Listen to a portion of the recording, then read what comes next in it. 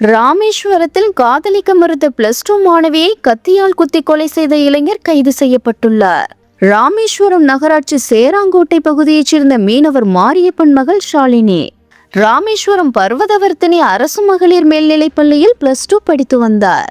அதே பகுதியைச் சேர்ந்த முனியராஜ் என்பவர் ஷாலினியை ஒருதலையாக காதலித்துள்ளார். மேலும் தன்னை காதலிக்குமாறு அடிக்கடி ஷாலினியிடம் வற்புறுத்தியுள்ளார். இது குறித்து ஷாலினி தந்தை மாரியப்பனிடம் தெரிவித்துள்ளார். இதையடுத்து முனியராஜின் வீட்டுக்கு சென்ற ஷாலினியின் தந்தை மாரியப்பன் அவரை கண்டித்துள்ளார்.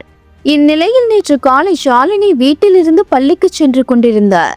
அப்போது முனியராஜ் போதையில் வழிமறித்து தன்னை காதலிக்குமாறு வற்புறுத்தியுள்ளார். ஆனால் ஷாலினி மறுத்ததால் ஆத்திரமடைந்த முனியராஜ் தான் வைத்திருந்த கத்தியால் ஷாலினியின் கழுத்தில் குத்தினார். இதில் சம்பவ இடத்திலேயே ஷாலினி உயிரிழந்தார்.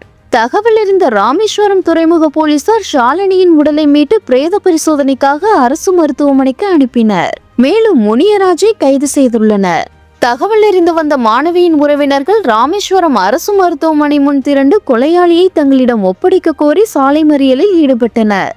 அங்கு வந்த காவல் உதவி கண்காணிப்பாளர் மீரா பேச்சுவார்த்தை நடத்தி கொலையாளிக்கு கடும் தண்டனை கிடைக்க தக்க நடவடிக்கை எடுக்கப்படும் என்று உறுதியளித்தார். இதையடுத்து போராட்டத்தை கைவிட்டு அங்கிருந்து கலைந்து சென்றனர். காதலிக்க மறுத்த பள்ளி மாணவி குத்தி கொலை செய்யப்பட்ட சம்பவம் ராமேஸ்வரம் பகுதியில் பெரும் பரபரப்பை ஏற்படுத்தியுள்ள நிலையில் போலீசார் கொலையாளி முனியராஜை கைது செய்து விசாரணை நடத்தி வருகின்றனர்.